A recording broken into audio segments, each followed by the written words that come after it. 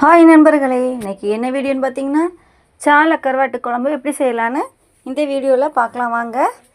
சாலை கருவாட்டு குழம்பு பாருங்கள், எப்படி நல்லா நான் கட்டியாக கிரேவி பதத்துக்கு வச்சுருக்கேன். நீங்கள் தனியாக வைக்கணும்னாலும் வச்சுக்கலாம். இப்போ வீடியோக்குள்ளே போகலாம் வாங்க. வடை சட்டியில் ஆயில் ஊற்றி கடுகு உளுந்தம்பருப்பு போட்டு 1 டீஸ்பூன் வெந்தயம் போட்டு கட் பண்ணி வச்சுருக்க 2 பெரிய வெங்காயம் சேர்த்து வதக்கி 1 கொத்து கருவேப்பிலை சேர்த்து 2-3 பச்சை மிளகாய் சேர்த்து நல்லா வதக்கி விடலாம். இப்போ கட் பண்ணி வச்சுருக்க தக்காளி 2 சேர்த்துக்கலாம். சேர்த்து அதையும் நல்லா இந்த வெங்காயத்தோட நல்லா வதக்கி விடலாங்க. இப்போ தக்காளி வதங்க 2 உப்பு போட்டு ஒரு மூடி போட்டுக்கலாம். மூடி போட்டு பாருங்கள், தக்காளி நல்லா வெந்திருக்குது.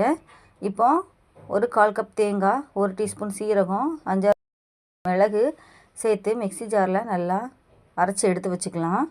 இப்போ தக்காளி வெங்காயம் நல்லா வதங்கி வந்திருக்கு. அதில் 1 கொட்டை புளி சேர்த்து கரைச்சி வச்சுருந்தேன். புளி கரைசலை சேர்த்து நல்லா கொதிக்க விடலாம். இப்போ மசாலா என்னென்ன சேர்க்கலான்னு பார்க்கலாம் வாங்க.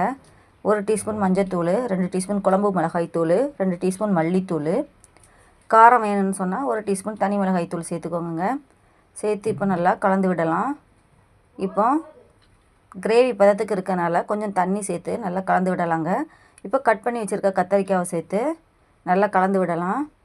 இப்போ நல்லா 2 நேரம் சுடுதண்ணியில் போட்டு சுத்தம் செஞ்சு எடுத்து வச்சுருக்க சாலை கருவாடு நல்லா முள்ளுலாம் இல்லாமல் எடுத்து வச்சுருக்கேன். அதை சேர்த்து நல்லா கலந்து விட்டு, சாலை கருவாடில் அதிகமான உப்பு இருக்காதுங்க, அதனால் நம்ம உப்பு கொஞ்சம் சேர்த்துக்கலாம். உப்பு சேர்த்து நல்லா கலந்து விடலாங்க. பாருங்கள், கத்தரிக்காய் கொஞ்சம் ஓரளவு தான் வெந்திருக்குது. இப்போ நம்ம அரைச்சி வச்சுருக்க தேங்காய் பாலை சேர்த்து கத்தரிக்காய் இன்னும் நல்லா வேகணும். மூடி போட்டு சிம்மில் வச்சிடலாங்க. ஒரு 10 நிமிஷம் நல்லா வேக விடலாம். கத்தரிக்காய் கருவாடு எல்லாம் நல்லா வெந்து வந்துடும்.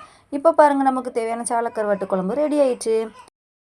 இன்னும் நீங்கள் தண்ணியாக வேணும்னு நினைக்கிறவங்க இன்னும் கொஞ்சம் தண்ணி சேர்த்து குழம்பு ரெடி பண்ணிக்கலாங்க. பாருங்கள், எவ்வளோ அழகாக இருக்குது பார்க்குறதுக்கே. இது மாதிரி நீங்களும் செஞ்சு பாருங்கள். கமெண்ட் சொல்லுங்கள். டாடா, பாய் பாய்.